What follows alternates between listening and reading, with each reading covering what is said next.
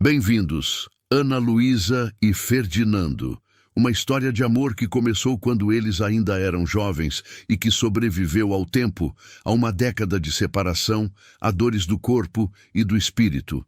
Um amor banhado pelo rio de Cairu.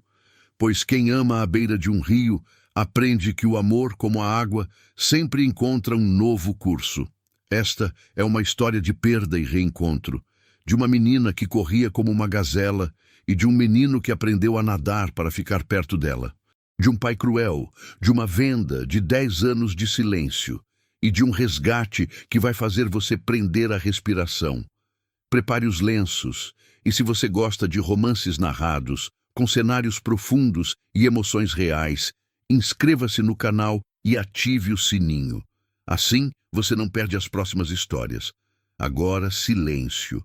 O rio vai começar a correr. Cairu, nordeste da Bahia, 1844.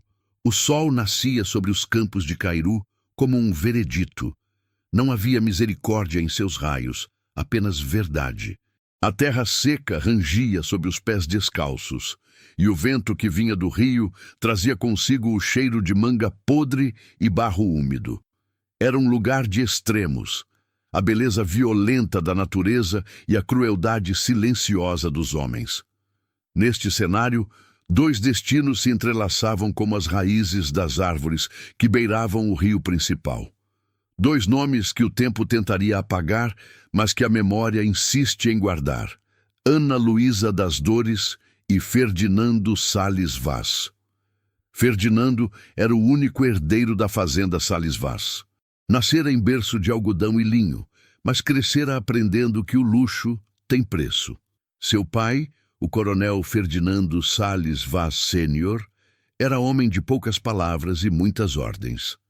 Sua mãe, uma mulher pálida e silenciosa, passava os dias na varanda a bordar flores que nunca murchavam em seus panos, ainda que murchassem em seu peito. Aos 6 anos, Ferdinando já sabia que não deveria chorar. Aos 6 anos, já sabia que alguns homens nasciam para mandar e outros para obedecer. O que ele ainda não sabia, o que ninguém lhe ensinara, era que existiam homens que não cabiam em nenhuma dessas duas gavetas. Foi nessa idade que ele conheceu Ana Luísa. Ela chegou à fazenda carregada nos braços de uma negra velha chamada Bastiana. A criança não chorava. Tinha os olhos abertos, como 2 rios escuros, e os cabelos crespos formavam uma auréola ao redor de sua cabeça pequena. Bastiana a depositou no chão da cozinha como quem deposita um pão ainda quente sobre a mesa. A velha anunciou, sem olhar para ninguém em específico, que aquela era Ana Luísa e que ela ficaria com ela. E ficou. Os primeiros anos de Ana Luísa na fazenda foram de invisibilidade.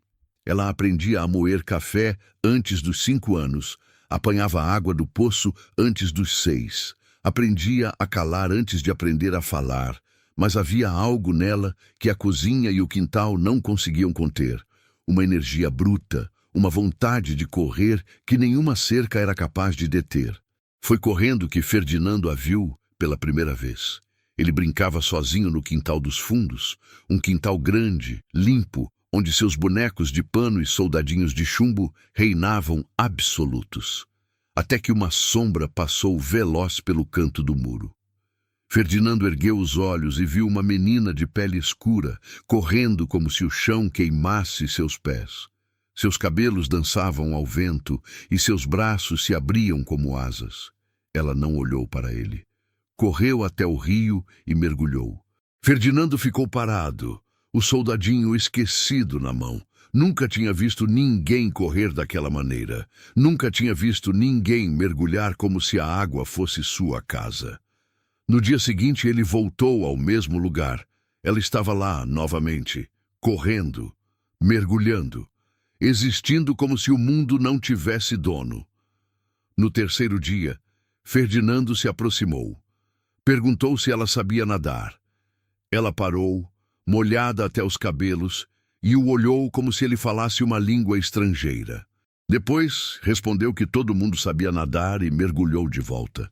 Ferdinando tirou as botas, enfiou os pés na água. Não sabia nadar, mas naquele dia aprendeu. A infância dos dois se construiu assim, em pequenos instantes que pareciam eternos. Havia as corridas pelos campos de algodão. Ferdinando tropeçava nos pés grandes demais para o corpo ainda pequeno. Ana Luísa ria, um riso solto, escancarado, que se espalhava pelo ar. Ele fingia que se machucava. Ela fingia que acreditava. Os dois se enrolavam na grama seca e ficavam ali, olhando o céu, até que o sol começasse a se pôr e alguém os chamasse para dentro. Havia os banhos de rio. A água era escura e fria, mas os pés encontravam o fundo de areia. Ana Luísa ensinava Ferdinando a aprender a respiração por mais tempo. Ele ensinava ela a soltar a respiração de repente para fazer bolhas. Eles competiam para ver quem conseguia ficar mais tempo submerso. Ferdinando sempre perdia. Ele abria os olhos debaixo d'água e via o corpo escuro dela flutuando como um peixe. O coração dele batia mais rápido. Ele não sabia por quê. Havia as caçadas imaginárias. Com estilingues de galho e pedras arredondadas, eles perseguiam lagartixas e pássaros que nunca eram atingidos. Ana Luísa mirava melhor. Ferdinando corria mais. Os dois nunca pegavam nada. Talvez nunca tivessem realmente querido. Havia as tardes de silêncio. Deitados sob a sombra de uma mangueira, ela encostada em seu ombro, ele sentindo o peso macio da cabeça dela. O vento soprava, o rio corria. O mundo lá fora podia ser duro, mas ali, sob aquela árvore, não havia coronéis, não havia feitores, não havia coleiras invisíveis. Havia apenas duas crianças que o mundo ainda não ensinara a se odiar, e havia o sono. Muitas vezes, Ferdinando acordava no fim da tarde com o corpo estranhamente quente. Ana Luísa dormia ao seu lado, o rosto virado para o céu, a boca entreaberta, os cabelos espalhados na grama como raízes negras. Ele não a acordava. Ficava ali, observando o peito dela subir e descer, e sentia uma paz tão grande que doía. Ali ele descobriu que Ana era a sua pessoa preferida no mundo todo. Mas o mundo, aos poucos, foi ensinando. O primeiro golpe foi em Bastião. Bastião era um negro velho, de costas curvadas e mãos calejadas como casca de árvore. Sabia coisas que ninguém mais sabia: o nome das estrelas, o remédio para a febre que crescia atrás do curral, a hora exata em que o rio transbordaria. As crianças o procuravam para ouvir histórias. Ele contava sobre um reino distante, muito além do mar, onde homens e mulheres de pele escura reinavam com justiça. Ferdinando e Ana Luísa sentavam a seus pés e ouviam, hipnotizados. Um dia, o feitor Joaquim encontrou Bastião descansando à sombra de um pé de joá. O velho tinha cumprido sua cota de algodão antes do meio-dia. Isso não importou. Joaquim ordenou que o negro preguiçoso se levantasse e o açoitou nas costas. Bastião não gritou, não pediu perdão, apenas se levantou, devagar, como uma árvore que tivesse sido atingida por um raio, e ainda assim permanecesse de pé. Ferdinando viu tudo de trás da janela da casa grande. Sentiu o sangue subir ao rosto. As mãos tremeram. Algo dentro dele, algo que seu pai chamaria de insubordinação e sua mãe de descontrole, se ergueu como um animal acordando. Ferdinando saiu correndo. Atravessou o quintal, o curral, a porteira. Chegou até o feitor e chutou suas canelas com toda a força que seu corpo de 8 anos podia reunir. Joaquim caiu de joelhos, atordoado mais pela surpresa do que pela dor. Ferdinando chutou de novo, até que braços fortes o agarraram por trás. Naquela noite, o coronel Salles Vaz chamou o filho em seu escritório. Não houve gritos, não houve ameaças. Houve apenas um silêncio pesado, interrompido pelo ranger da cadeira de balanço. Finalmente, o pai anunciou que Ferdinando iria para o colégio em Salvador no dia seguinte. Ferdinando não chorou, não na frente do pai. Mas naquela noite, debaixo das cobertas, com o rosto enterrado no travesseiro, ele deixou escapar um soluço seco. Ana Luísa soube no dia seguinte. Não houve despedida. Quando Ferdinando acordou, o cavalo já estava selado na porta. Ele olhou para a cozinha procurando por ela. Não encontrou. Subiu no cavalo sem dizer uma palavra. O que ele não viu, o que ninguém contou a ele, foi que Ana Luísa estava escondida atrás do moedor de cana, os olhos marejados, os dedos apertando a saia de algodão com tanta força que quase a rasgou. Ela não foi se despedir. Aprendeu cedo que despedidas eram um luxo que não lhe cabia. Os anos no colégio foram um purgatório. Ferdinando aprendeu latim, geometria e boas maneiras. Aprendeu a não falar com a boca cheia, a cumprimentar as damas com a cabeça ligeiramente inclinada, a escrever com caligrafia firme. Mas nada disso preenchia o vazio que se abrira em seu peito. Ele escrevia cartas para Ana Luísa, nunca as enviava. Ela não sabia ler. Ele não sabia se alguém as entregaria.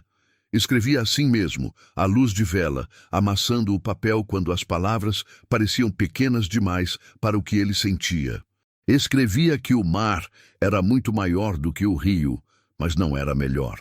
Escrevia que sabia nadar agora, que nadara até uma pedra longe da praia, que pensara nela quando prendera a respiração. Escrevia que o padre dissera que o amor era virtude e que ele não sabia o que era virtude, mas sabia o que era amor. Guardava as cartas em uma caixa de madeira debaixo da cama. Na tampa gravou 2 letras, A e F, uma ao lado da outra, quase se tocando. A caixa encheu, depois transbordou. Quando Ferdinando voltou à fazenda 2 anos depois, já não era mais o mesmo menino. Estava mais alto, mais magro, com uma cicatriz fina no queixo. Lembrança de uma queda de cavalo que ele nunca explicou direito. A primeira pessoa que procurou foi Ana Luísa. Ela estava no quintal dos fundos, moendo café no pilão. Quando ergueu os olhos e o viu, o pilão parou no ar. Por um segundo, nenhum dos dois se mexeu. Depois, Ana Luísa sorriu. Aquele sorriso escancarado que ele tanto sentia falta. E Ferdinando sentiu algo se desatar dentro de si. Ela crescera. Seus cabelos estavam maiores, seus braços mais longos, seu olhar mais fundo. Mas era a mesma. A mesma menina que corria como uma gazela e mergulhava como um peixe. Ela disse que ele voltara. Ele respondeu que sim. Naquele mesmo dia, eles voltaram ao rio. Os anos seguintes foram um sopro. Ferdinando ia e vinha do colégio. As férias eram sagradas. No primeiro dia de cada temporada, ele e Ana Luísa retomavam a rotina como se o tempo não tivesse passado. Corriam pelos campos, mergulhavam no rio, caçavam pássaros invisíveis com estilingues de galho. Mas algo havia mudado. Os corpos deles já não eram mais os mesmos. O toque que antes era inocente, agora demorava 1 segundo a mais. O olhar que antes era distração, agora se fixava. As brincadeiras de empurrar na água agora terminavam com os dois parados, frente a frente, respirando fundo. Algo não dito boiando entre eles como folha seca na superfície do rio. Ferdinando já tinha 14 anos quando aconteceu. Foi num dia quente de verão. O sol caía como chumbo derretido sobre os campos e nem a sombra das mangueiras oferecia alívio. Eles foram para o rio, nadaram até se cansar. Depois se deitaram na margem, sobre a grama rala, o corpo ainda molhado, a pele brilhando sob a luz. Ferdinando virou a cabeça e a viu. Os cabelos de Ana Luísa estavam molhados, grudados no rosto, nas têmporas, no pescoço. Os olhos dela estavam fechados, a boca entreaberta. Gotas de água escorriam de seu queixo até a curva do ombro. Ferdinando não pensou, apenas se inclinou. O beijo foi rápido, quase um susto. Os lábios dele encontraram os dela por um segundo, talvez menos. Ana Luísa abriu os olhos, surpresa. Ferdinando recuou, o coração disparado, as mãos suando. Ele pediu desculpas, sem saber exatamente pelo que se desculpava. Ana Luísa não respondeu, apenas o olhou. E então, devagar, quase sem querer, Tocou o próprio lábio com a ponta dos dedos e esboçou um sorriso tímido, mas que revelava duas covinhas nas bochechas. Nenhum dos dois disse mais nada. Voltaram para a fazenda em silêncio, mas um silêncio diferente, carregado, elétrico, como o ar antes da tempestade. O que eles não sabiam é que alguém os viu. O coronel Salles Vaz estava na janela de seu escritório quando os dois voltaram do rio. Viu as roupas molhadas de Ana Luísa, viu o rosto vermelho do filho, viu o jeito como eles caminhavam separados, mas não conseguiam deixar de se olhar. Naquela noite, o coronel chamou o feitor Joaquim. Ordenou que arrumasse as coisas do menino. Ele voltaria para o colégio no dia seguinte e não voltaria nas férias. Joaquim hesitou, perguntando sobre a negra. O coronel acendeu um charuto, exalou fumaça lentamente e disse que a negra seria vendida. Ferdinando foi acordado antes do sol nascer. Mãos ásperas o sacudiram da cama. Joaquim e mais 2 empregados o enfiaram dentro de uma carruagem como quem enfia um saco de farinha. Ferdinando tentou resistir, espernear, gritar. Chamou por Ana Luísa, a voz rouca de sono e desespero. Ninguém respondeu. Ele não sabia da venda. Naquele momento, acreditava que era apenas mais um castigo. Que voltaria nas próximas férias, que encontraria Ana Luísa no quintal, moendo café, e ela sorriria aquele sorriso escancarado e tudo estaria bem. Quando finalmente conseguiu voltar à fazenda, quase 2 anos depois, a primeira palavra que ouviu ao descer do cavalo foi vendida. Foi o feitor Joaquim quem disse, com um sorriso torto, saboreando cada sílaba. Disse que o pai vendera a negra, que a levara na feira de São Brás, bem no meio da praça. Disse que ela chorara, que nunca a vira chorar antes, mas que naquele dia, Ferdinando não deixou o feitor terminar. Girou nos calcanhares, montou no cavalo outra vez e saiu em disparada. Visitou fazenda por fazenda, povoado por povoado, perguntando por uma jovem negra de olhos grandes e cabelos enrolados, ágil e muito esperta, chamada Ana Luísa. Ninguém sabia, ninguém lembrava, ninguém se importava. Ferdinando não voltou para a fazenda naquele dia, nem naquela semana, nem naquele ano.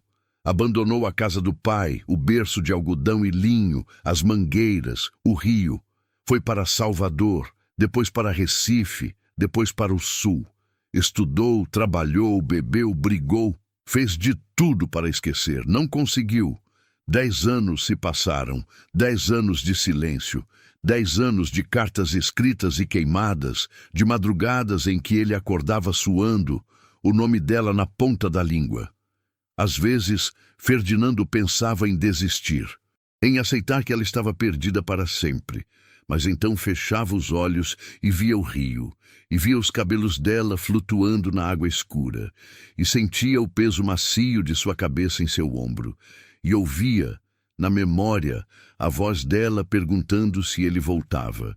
E ele respondia, para ninguém, no escuro do quarto, que sempre voltava.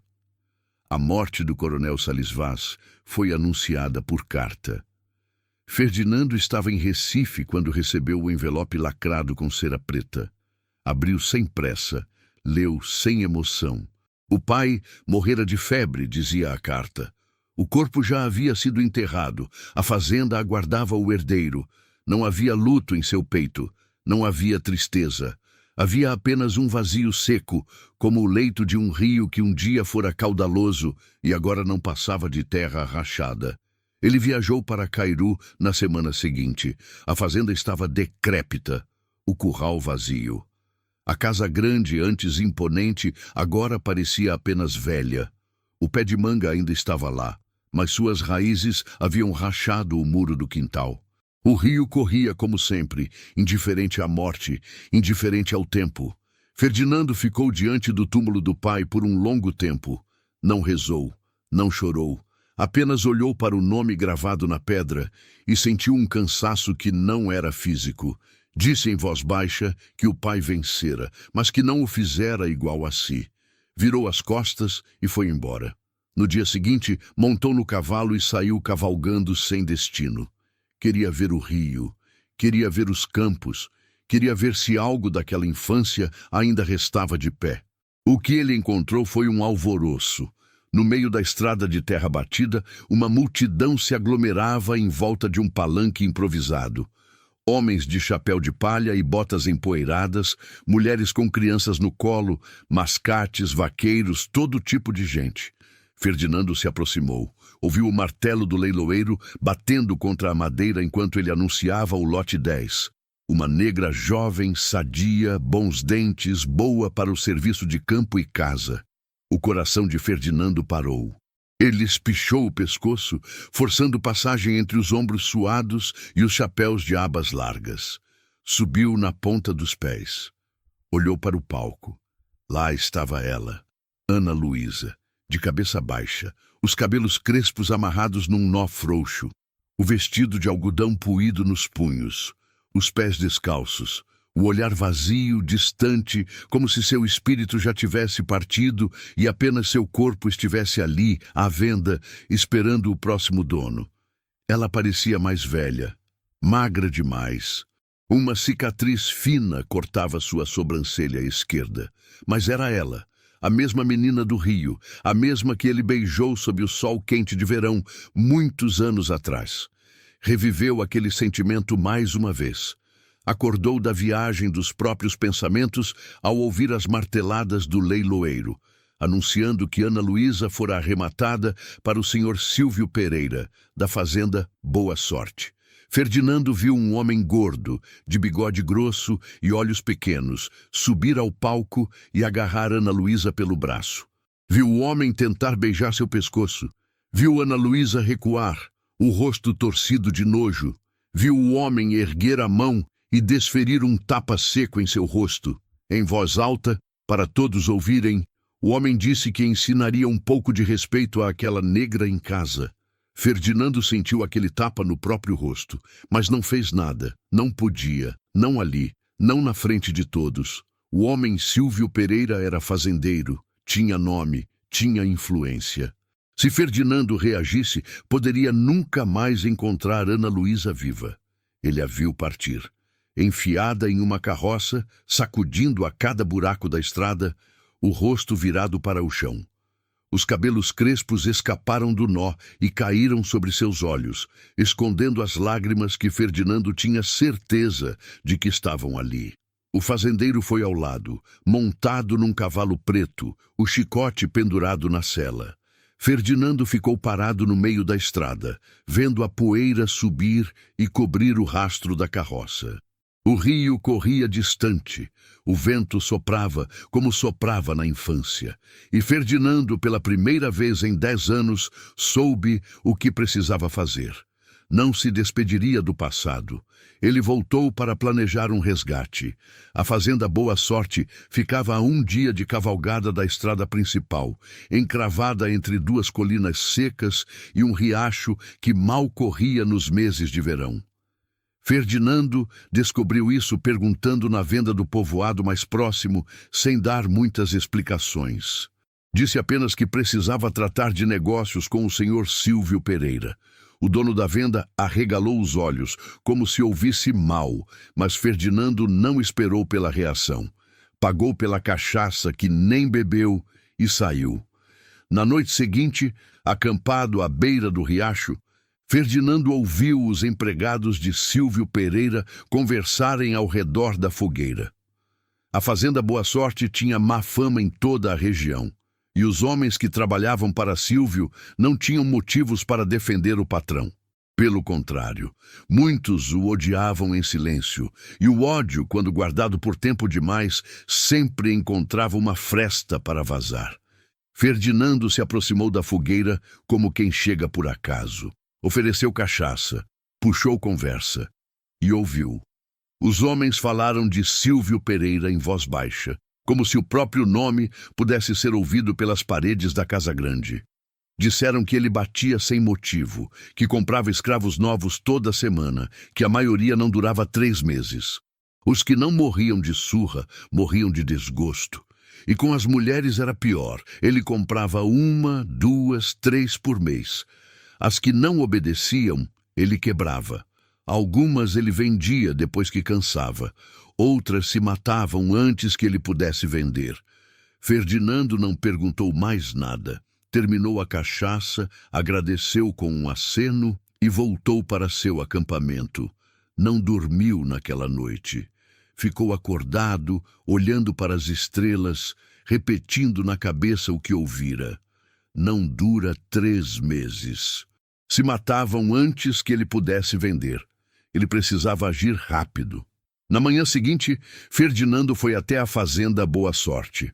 A propriedade era menor do que ele imaginava. A casa grande, um sobrado de paredes caiadas, tinha telhas quebradas e janelas lascadas. O curral estava vazio. Os campos de algodão, mal cuidados, mostravam plantas definhando sob o sol. Havia um cheiro de terra seca e abandono, o cheiro de um lugar onde a prosperidade nunca havia posto os pés. Ferdinando amarrou o cavalo na porteira e bateu na porta da casa grande com os nós dos dedos. Esperou. Bateu outra vez. Um empregado magro, de olhos fundos e camisa rasgada, abriu a porta. Ferdinando pediu para falar com o patrão. O empregado sumiu corredor adentro. Ouviram-se vozes abafadas, uma risada grossa, passos pesados. Depois, a porta se abriu de novo e Silvio Pereira apareceu. Ele era maior do que Ferdinando lembrava. Mais gordo, mais suado. A camisa de linho branco estava aberta no peito, deixando à mostra uma grossa corrente de ouro enterrada nos pelos escuros. Seus olhos pequenos percorreram Ferdinando de cima a baixo, avaliando, calculando. Reconheceu o nome Salles Vaz, associou ao coronel falecido e murmurou algo sobre pêsames. Uma formalidade vazia, sem qualquer pesar verdadeiro. Ferdinando foi convidado a entrar. A sala era escura, mobiliada com móveis pesados de jacarandá que já haviam sido bonitos, mas agora mostravam marcas de cupim e descuido. Havia um crucifixo na parede, ao lado de um retrato de mulher. A falecida esposa de Silvio, imaginou Ferdinando, ou talvez uma filha. Não importava. O que importava era o homem à sua frente. Sentaram-se à mesa. Um empregado serviu café preto e amargo, que Ferdinando nem tocou. Silvio se recostou na cadeira, os dedos gordos entrelaçados sobre a barriga, e esperou. Ferdinando ensaiara suas palavras durante toda a cavalgada. Precisava parecer casual, precisava parecer indiferente, precisava convencer Silvio de que não se importava, não realmente, com quem estava comprando. Disse que precisava de uma cozinheira para a fazenda, que a cozinha, desde a morte do pai, estava desamparada. As negras velhas que lá estavam já não davam conta do serviço. Silvio acenou com a cabeça como se entendesse perfeitamente. Cozinheira era difícil de achar. Tinha que ter mão boa, não podia ser lerda, não podia ter medo de fogão. Ferdinando concordou. Disse que ouviu dizer que Silvio tinha boas peças. Silvio sorriu. Um sorriso lento, úmido, que não chegava aos olhos. Disse que tinha sim. Tinha uma negra nova, chegada naquela semana. Forte, saudável, boa para o serviço. Mas cozinheira? Não sabia se ela cozinhava bem. Ferdinando respondeu que cozinhar se aprendia. O que importava era a disposição. Silvio o observou em silêncio por alguns segundos.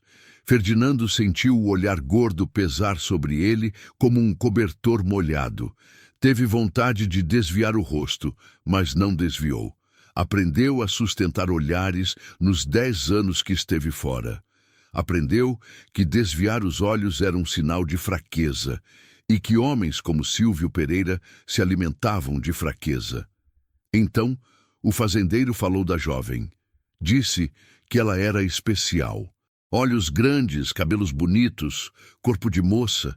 Não era qualquer negra, não. Ferdinando manteve o rosto impassível. Respondeu com voz controlada que não se interessava pela aparência. Precisava de alguém que fizesse angu, feijão e farofa. Alguém capaz de trabalhar muito sem preguiça. Silvio riu. uma risada grossa, gutural, que ecoou pela sala escura. Chamou Ferdinando de prático, disse que gostava disso. Mas ainda assim, não sabia se queria vender. Ela chegara ontem. Ainda nem tivera tempo de conhecê-la direito. Houve uma pausa. Ferdinando entendeu o que Silvio queria dizer com conhecê-la. Sentiu o sangue ferver, mas manteve as mãos quietas sobre a mesa. Ofereceu o dobro do que Silvio pagara no leilão. Talvez o triplo. Silvio coçou o queixo. A unha suja raspou na barba por fazer. Chamou a oferta de generosa. Depois, se levantou. Foi até a janela. Olhou para o quintal vazio. Quando se virou, o sorriso havia sumido. Disse que não ia vender. A negra ficava com ele. Ferdinando sentiu o chão sumir debaixo de seus pés. Levantou-se também devagar, para não demonstrar desespero. Perguntou por quê. Silvio deu de ombros. Por que não? Porque não queria. Porque tinha planos para ela. Escolhesse o motivo que preferisse. Houve um longo silêncio. Os dois homens se encararam. Ferdinando pensou em empurrar Silvio contra a parede. Pensou em gritar. Pensou em dizer a verdade, que amava aquela mulher desde os 6 anos, que a procurava há 10, que não sairia dali sem ela. Mas não disse nada. O manto invisível ainda estava sobre seus ombros. Ele se lembrou de como o usava na infância, na adolescência, na faculdade. Aprender a andar como sombra, a não fazer barulho, a não chamar atenção. E naquele momento, mais do que nunca, precisava ser uma sombra. Ferdinando apenas agradeceu pela atenção, botou seu chapéu na cabeça e se retirou. Tipis, de baixo, Ferdinando não foi embora. Montou no cavalo e cavalgou para longe da fazenda Boa Sorte, mas não muito longe. Parou atrás de uma colina, onde podia ver o portão de entrada sem ser visto. Desmontou. Amarrou o cavalo numa árvore seca. Sentou-se no chão de terra batida e esperou. Esperou o dia inteiro. Viu o sol subir, queimar a paisagem, começar a descer. Viu as sombras se alongarem. Viu a noite chegar, escura e fria, trazendo consigo o som dos grilos e o cheiro da terra úmida. Ferdinando não dormiu. Ficou ali, sentado, os olhos fixos no portão, esperando uma chance, uma brecha para vê-la. Ferdinando voltou à fazenda Boa Sorte na manhã seguinte. Desta vez, não bateu na porta da frente. Foi diretamente aos fundos, onde ficavam a senzala e os galpões de trabalho. Precisava ver Ana Luísa. Precisava saber se ela estava viva.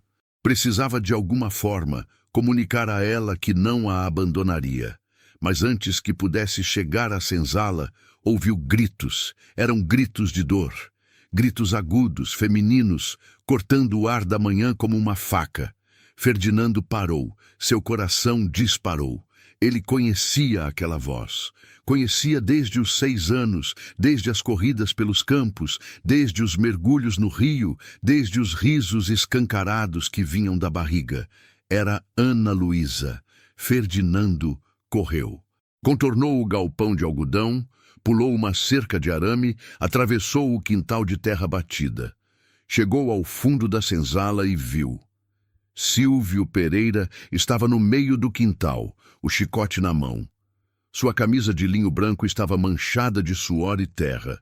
Seu rosto estava vermelho, não de sol, mas de cansaço. Ao seu lado, no chão, caía o corpo de Ana Luísa. Ela estava desacordada.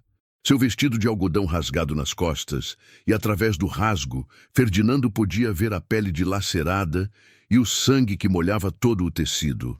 O chão de terra batida revirado denunciava a crueldade daquele ato covarde.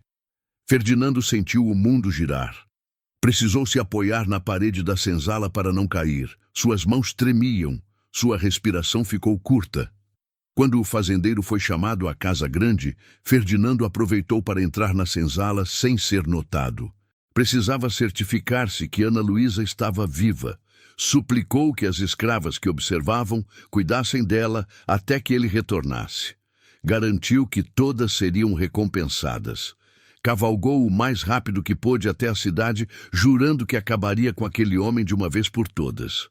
Retornou 3 dias depois, quando Silvio percebeu que outras negras cuidavam da pobre escrava, resolveu mostrar quem é que mandava ali. Deu passos furiosos em direção a Ana Lúcia. O chicote se arrastava no chão, deixando um rastro na terra. O corpo da moça não aguentaria. Assim como outras, ele a mataria ali mesmo. Foi então que Ferdinando, ainda montado no seu cavalo, gritou que se ele tocasse nela mais uma vez, seria um homem morto. A frase ecoou pelo quintal, e até os pássaros que cantavam nas árvores vizinhas se calaram. Silvio se virou. Seus olhos pequenos se arregalaram ao ver Ferdinando parado ali, na sombra da senzala, o rosto duro como pedra. Perguntou o que Ferdinando fazia ali, em sua propriedade. Disse que a negra não estava à venda. Ferdinando não respondeu à pergunta, apenas olhou para Ana Luísa, deitada, imóvel. Seus olhos estavam fechados, seus lábios entreabertos. Seu peito subia e descia em movimentos curtos, irregulares, os soluços de quem chora sem lágrimas, porque já não tem mais lágrimas para chorar. Ferdinando ordenou que Ana Luísa fosse levada para dentro. Disse que ela precisava de cuidados. Silvio respondeu que ela precisava de disciplina, que fora malcriada no leilão, que desviara a cara quando ele tentara beijá-la. Disse que negra folgada tinha mais que aprender o lugar dela. Ferdinando sentiu algo se romper dentro de si. Era como se um dique houvesse estourado. A raiva que ele continha há 10 anos, há 15, há 20, desde os 8 anos quando vira o feitor bater em Bastião, veio à tona como um rio transbordado. Mas ele não gritou, não correu, não quebrou nada. Apenas sorriu. Era um sorriso frio, calculado, que não chegava aos olhos. Um sorriso que Ferdinando nem sabia que era capaz de dar. Aprendeu na faculdade de Direito, nos tribunais de Recife, nos corredores escuros, onde homens poderosos negociavam a vida dos outros como se negociassem gado. Ferdinando então falou em voz baixa, quase um sussurro. Perguntou a Silvio se ele sabia quem ele era. Silvio respondeu que sim, o filho do coronel. Ferdinando então lembrou que o pai morrera e que a fazenda Sales Vaz agora era sua. Disse que herdara não apenas a propriedade, mas também o nome, e o nome ainda pesava na região. Ainda abria portas, ainda comprava terras, ainda comprava dívidas. Contou que assim que recebeu a negativa da venda de Ana Luísa, passou a noite em claro, revirando papéis, consultando registros, seguindo pistas. Não era difícil. A fama de Silvio Pereira o precedia. As dívidas estavam todas registradas, todas atrasadas, todas hipotecando a mesma fazenda. A boa sorte, que já não valia nem metade do que Silvio devia. Ao amanhecer, Ferdinando tinha o que precisava. Ele pagou todas as dívidas de Silvio Pereira com o ouro que herdara do pai. Pagou sem hesitar, sem chorar o dinheiro, sem pensar 2 vezes. O ouro que o coronel acumulara com suor e sangue de seus escravos agora servia para comprar a liberdade de um deles. Havia uma justiça poética nisso, pensou Ferdinando. Uma justiça que seu pai nunca entenderia, mas que ele, Ferdinando, abraçava como uma bandeira. Com as dívidas pagas, as hipotecas passaram a ser suas. Ele agora era o credor de Silvio Pereira. E como credor, poderia executar a dívida, poderia tomar a fazenda, poderia tomar tudo. Trouxe consigo o juiz de paz, trouxe 2 soldados da polícia local, trouxe 4 empregados de sua própria fazenda, homens de confiança que sabiam usar armas e não tinham medo de usá-las. Trouxe também o tabelião, com o título de posse já lavrado e assinado. Ordenou que o fazendeiro deixasse a fazenda naquele momento. O silêncio que se seguiu foi absoluto. Nem os grilos cantavam. Nem o vento soprava. Apenas a respiração ofegante de Silvio Pereira e o sangue pingando do vestido de Ana Luísa no chão de terra batida. Silvio tentou esboçar uma reação. Disse que não acreditava naquelas palavras. e que uma negra não valia tudo aquilo. Ferdinando se aproximou ainda mais. Agora estava a menos de um passo de Sílvio. Podia sentir o cheiro de suor e cachaça exalando de sua pele. Apenas disse, com um sorriso gelado, que Sílvio experimentasse duvidar dele. E virou as costas. Sílvio tentou se levantar, mas as pernas não obedeciam. O copo de cachaça caiu de sua mão e se quebrou no chão de madeira, espalhando cacos e líquido.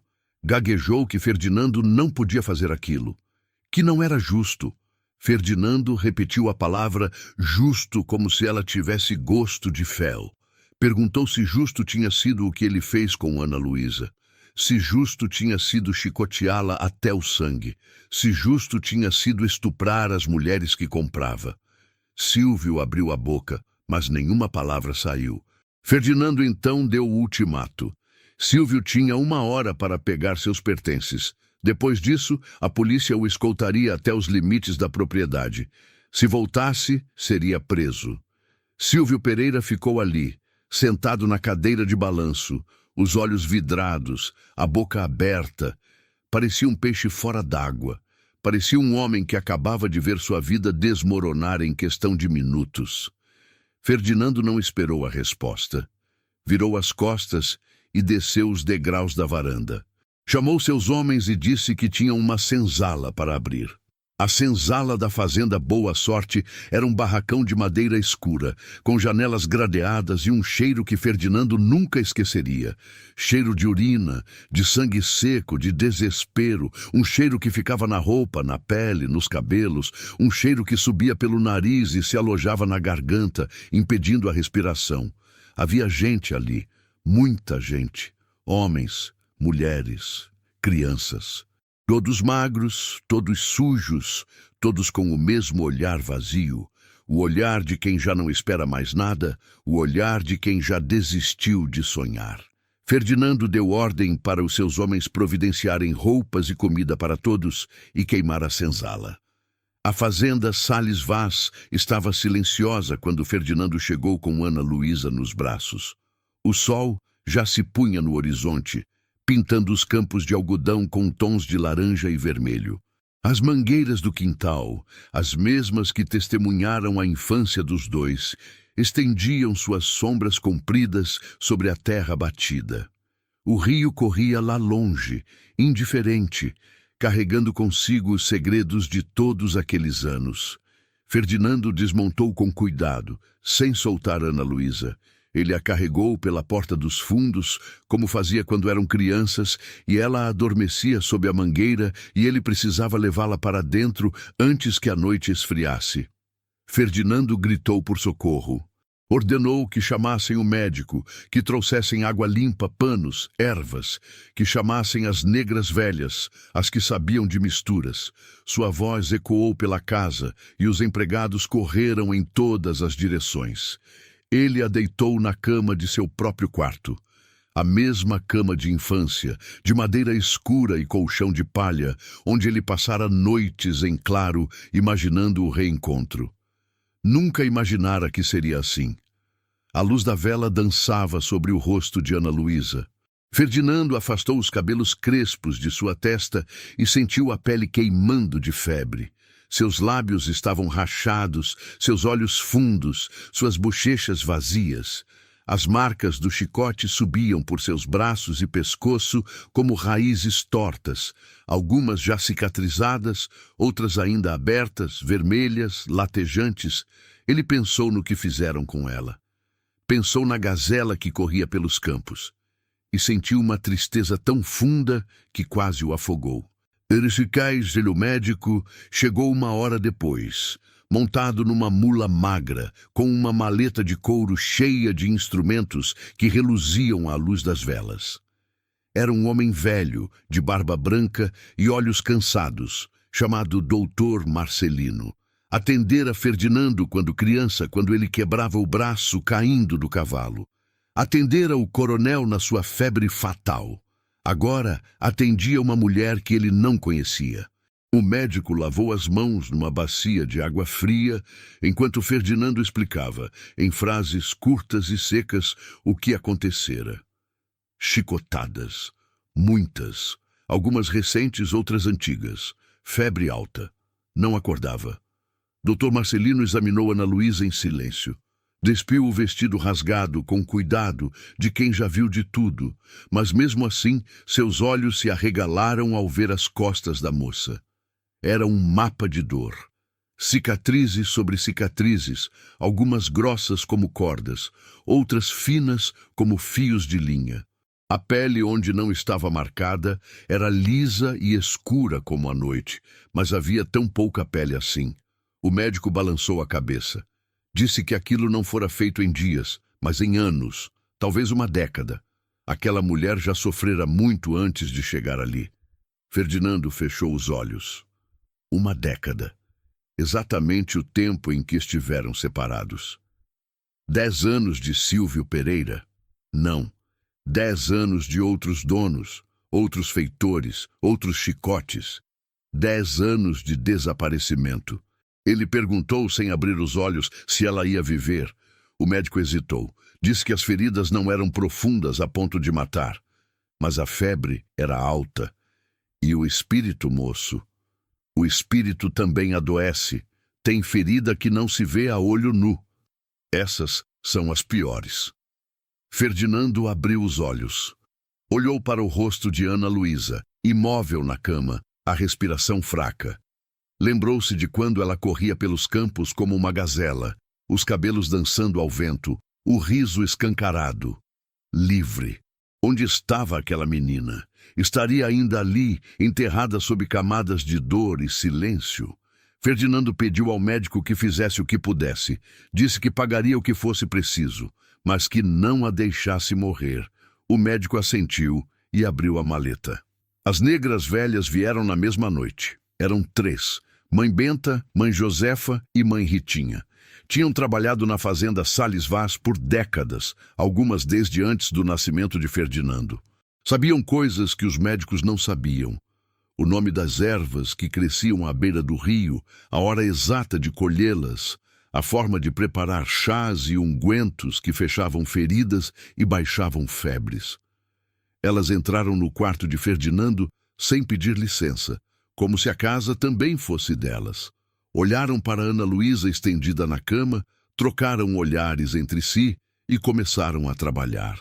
Mãe Benta preparou um chá de erva doce e hortelã para baixar a febre. Mãe Josefa misturou numa gamela barro e cinza e mel de abelha, formando uma pasta grossa e escura que aplicou sobre as feridas abertas. Mãe Ritinha, a mais velha das 3, sentou-se ao lado da cama e começou a cantar baixinho. Uma cantiga em língua africana, de palavras que Ferdinando não entendia, mas que sentia no peito como uma mão quente. Ferdinando ficou no quarto a noite inteira. Não dormiu, não comeu, não saiu. Sentou-se numa cadeira de couro ao lado da cama e segurou a mão de Ana Luísa entre as suas. A mão dela era fria, fina, os dedos longos como os de uma pianista. Ferdinando lembrava daquela mão segurando a dele quando corriam pelos campos. Lembrava daquela mão acenando do outro lado do rio. Lembrava daquela mão tocando seu rosto no dia do beijo, antes de tudo desmoronar. Ele falou com ela em voz baixa, como se ela pudesse ouvir. Disse que ela não ia morrer. Disse que ele não deixara ela morrer naquele leilão. Disse que ela voltara para casa, que estava em casa. Ana Luísa não respondeu, mas sua respiração, que antes era curta e irregular, começou a se acalmar. Os dias seguintes foram uma vigília. Ferdinando não saía do quarto. As negras velhas vinham e iam, trocavam as ataduras, aplicavam novas pastas, faziam novos chás. O médico aparecia uma vez por dia, examinava Ana Luísa, balançava a cabeça e dizia que não havia novidades. A febre continuava alta, mas não subia mais. As feridas começavam a fechar, mas devagar. No 3º dia, o médico disse que ela estava lutando, que não se entregava, mas que estava cansada, muito cansada. Ferdinando entendeu. Ele também estava cansado. Cansado de 10 anos de busca, cansado de noites em claro, cansado de imaginar o pior. mas não podia desistir agora. Não quando ela estava ali, ao seu alcance, a apenas um suspiro de distância. No quarto dia, Ana Luísa abriu os olhos e olhou diretamente para ele. E naquele dia, Ferdinando teve certeza que ela sobreviveria. Ferdinando passava os dias ao lado da cama, lendo em voz baixa ou simplesmente ficando ali, em silêncio, segurando a mão de Ana Luísa. Às vezes, quando sentia que ela estava mais desperta, os olhos se movendo sob as pálpebras, os dedos se contraindo, ele contava histórias. Contava sobre a infância, sobre as corridas pelos campos, os banhos de rio, as caçadas imaginárias. Contava sobre o dia em que aprenderam a nadar juntos e sobre a noite em que dormiram sob a mangueira e acordaram cobertos de mangas podres. Contava sobre o beijo. Sempre voltava ao beijo, falava do sol quente, dos cabelos dela molhados, das gotas de água escorrendo pelo seu corpo. Dizia que nunca esquecera, que nunca esqueceria. Ana Luísa não respondia. Mas Ferdinando jurava que sua mão apertava a dele um pouco mais forte quando ele falava do rio. No 8º dia, Ana Luísa acordou de verdade. Ferdinando estava na janela, olhando para os campos de algodão, quando ouviu um som atrás de si. Um gemido baixo, seco, como o som de alguém que está há muito tempo sem usar a voz. Ele se virou. Ana Luísa estava sentada na cama. Bem, não exatamente sentada. Estava apoiada nos cotovelos, o corpo trêmulo, os olhos arregalados, olhando ao redor como se não reconhecesse nada. O quarto, a cama, as velas, o homem na janela. Seus olhos encontraram os de Ferdinando. Houve um longo silêncio. Ana Luísa franziu a testa, como se estivesse tentando lembrar de algo muito distante. Algo enterrado sob camadas de dor e esquecimento. Seus lábios se moveram, tentando formar um som. A voz saiu trêmula, Ferdinando. Ela o olhou por um longo tempo. Seus olhos, antes vazios, começaram a se encher de lágrimas. Lágrimas que não caíam, apenas se acumulavam, brilhando à luz das velas, como o rio quando a lua se refletia em suas águas. Então, ela falou. A voz saiu rouca, estranha, como se ela não se lembrasse de como se falava. Disse que sonhara. Sonhara que ele vinha buscá-la no leilão. Sonhara que ele a tirava daquele lugar. Ferdinando negou com a cabeça.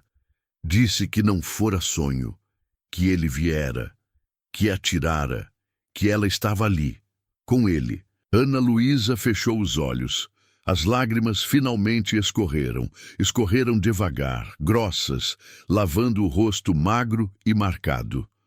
Ferdinando as enxugou com o polegar, uma a uma, como quem recolhe pérolas. Ela perguntou com uma voz que não tinha acusação, apenas cansaço, por que ele demorara tanto. O cansaço de quem esperara por 10 anos e ainda assim não perdera a esperança. Ferdinando não soube o que responder. Não havia resposta. Não havia resposta que explicasse 10 anos de ausência, 10 anos de busca mal feita, 10 anos em que ele estudou, bebeu, brigou, viveu, enquanto ela era vendida, chicoteada, estuprada, apagada. Antes que ele pudesse falar, Ana Luísa disse que não importava. Seus olhos se abriram novamente, e Ferdinando viu algo que não via desde a infância. Um lampejo. Um brilho pequeno, frágil, quase apagado, mas ainda ali. Ela disse que não importava, que ele viera, e ela sorriu.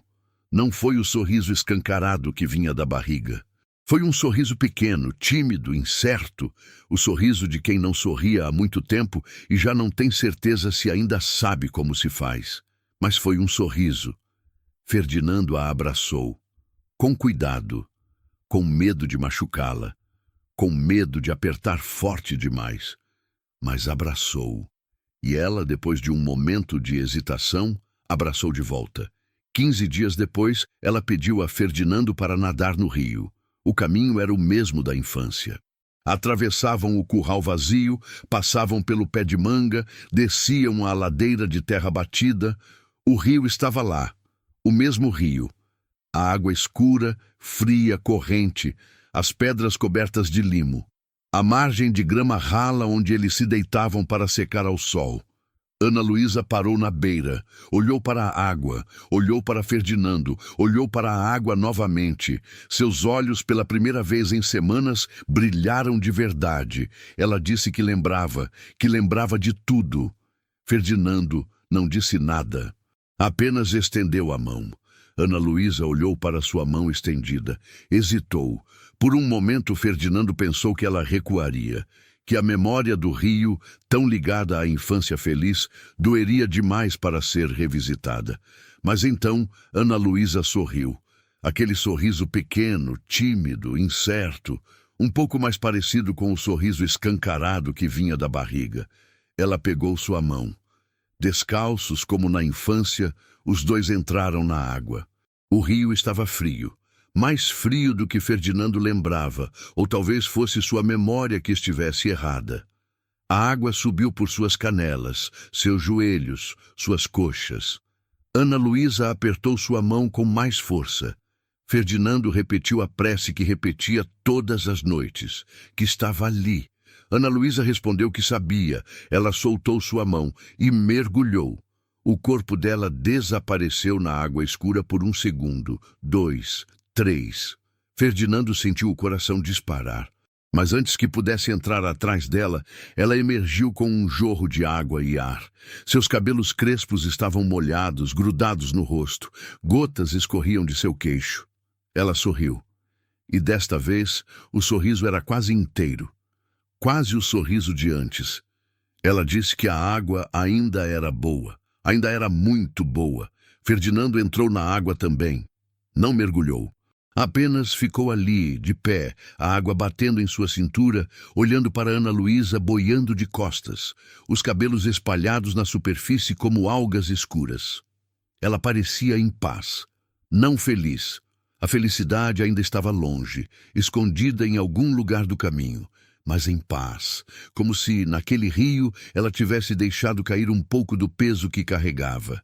À noite, sentavam-se juntos na varanda, vendo o sol se pôr atrás dos campos de algodão. Ana Luísa descansava a cabeça em seu ombro, como fazia quando eram crianças.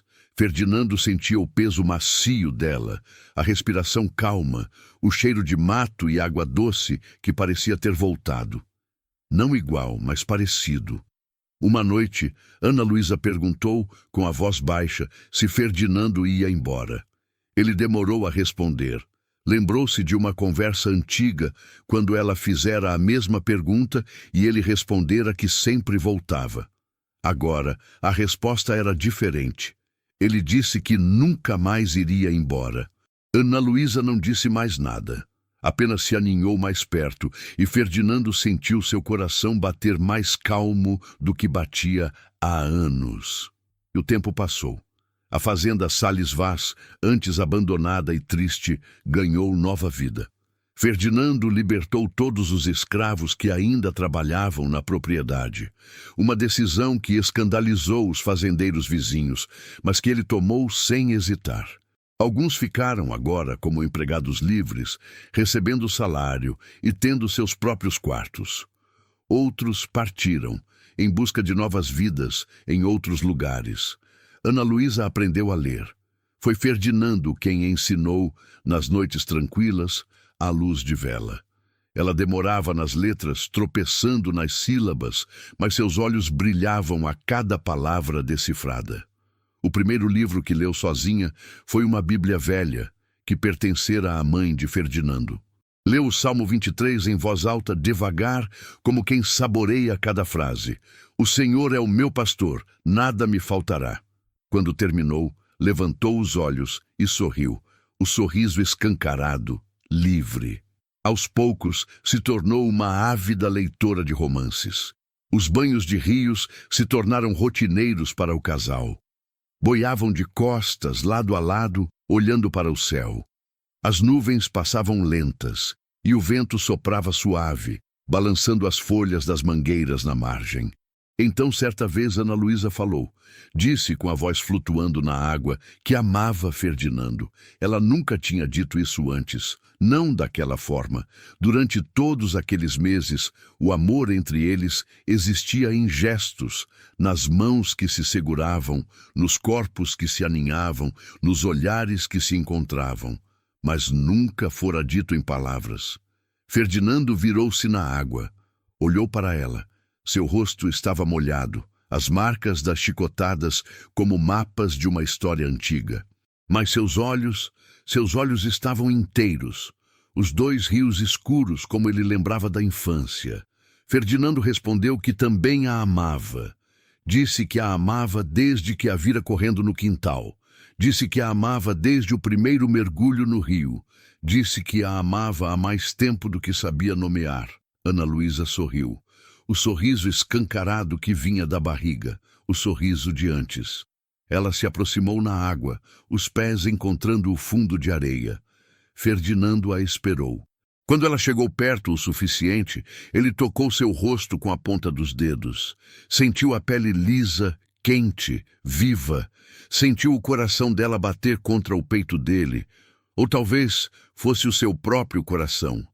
Não dava mais para distinguir.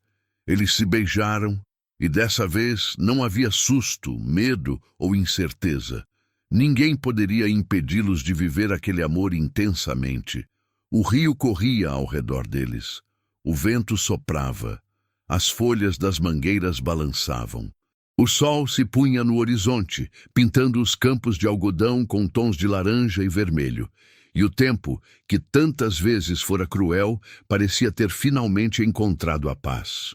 O rio continuou seu curso, indiferente ao tempo dos homens, mas guardando em sua memória de águas cada momento daquela história. Ele viu Ferdinando e Ana Lúcia se encontrarem pela primeira vez na margem oposta, ainda inseguros, como dois barquinhos receosos de atracar. Viu o primeiro beijo, quando o sol se refletia nas águas cristalinas. Viu o pedido de casamento com um anel simples e um coração transbordando. Viu o casamento. Não houve igreja grande, nem festa extravagante. Foi à beira do rio, com os pés descalços na areia, poucos amigos, e uma promessa selada pelo murmúrio das correntezas. O rio aplaudiu com suas ondas suaves e jogou pétalas de ipê sobre os noivos. Viu a chegada dos filhos. Primeiro um menino, esperneando como um peixe fora d'água. Depois uma menina, com olhos da cor do céu refletido no rio. Viu as crianças aprenderem a nadar em suas águas, a pescar lambaris, a contar histórias nas tardes preguiçosas. Viu as primeiras palavras de amor dos filhos, os namoros, as despedidas para a cidade grande, os retornos saudosos. Viu os netos, gerações que brotaram daquele amor como flores nas margens. Viu o cabelo de Ferdinando embranquecer como a espuma das cachoeiras. Viu as mãos de Ana Lúcia, antes macias, agora marcadas pelo tempo, mas ainda unidas às dele. E, numa tarde qualquer, quando o sol parecia mais dourado que o comum, o rio viu Ferdinando partir primeiro. Viu Ana Lúcia sentar-se sozinha na margem por muitos dias, até que, enfim, ela também se foi, com um sorriso de quem reencontra o amor. O rio, porém, não ficou vazio. Continuou vendo os filhos voltarem com os netos e os netos com os bisnetos. Ouviu suas risadas, suas histórias sobre o velho Ferdinando e a doce Ana Lúcia. Viu um dos netos construir ali uma pequena casa de madeira. Viu um dos bisnetos, numa tarde igual à primeira, beijar uma moça à beira do rio. E assim o rio compreendeu que o amor de Ferdinando e Ana Lúcia não havia acabado. Ele apenas havia se tornado água, correndo nas veias de todas as gerações seguintes. O rio viu o começo. O rio viu o fim, e sábio, soube que na verdade não havia fim algum. Pois quem ama à beira de um rio aprende que o amor, como a água, sempre encontra um novo curso. Se você chegou até aqui, muito obrigado por ouvir esta história. Ana Luísa e Ferdinando não existiram de verdade, mas a dor da separação, a espera de 10 anos, a coragem de recomeçar, Isso existe. Existe em cada um de nós que já perdeu alguém, que já esperou além do que parecia possível, que já precisou resgatar a si mesmo. Se esta história tocou o seu coração, inscreva-se no canal. Assim você não perde as próximas narrativas, romances históricos, contos de amor e superação, sempre no formato de áudio para você ouvir onde estiver. Deixe nos comentários o que você achou do final, o que sentiu quando Ana Luísa voltou ao Rio. Ative o sininho para receber as próximas histórias. E lembre-se, o rio sempre corre, mesmo quando a gente não vê. Até a próxima.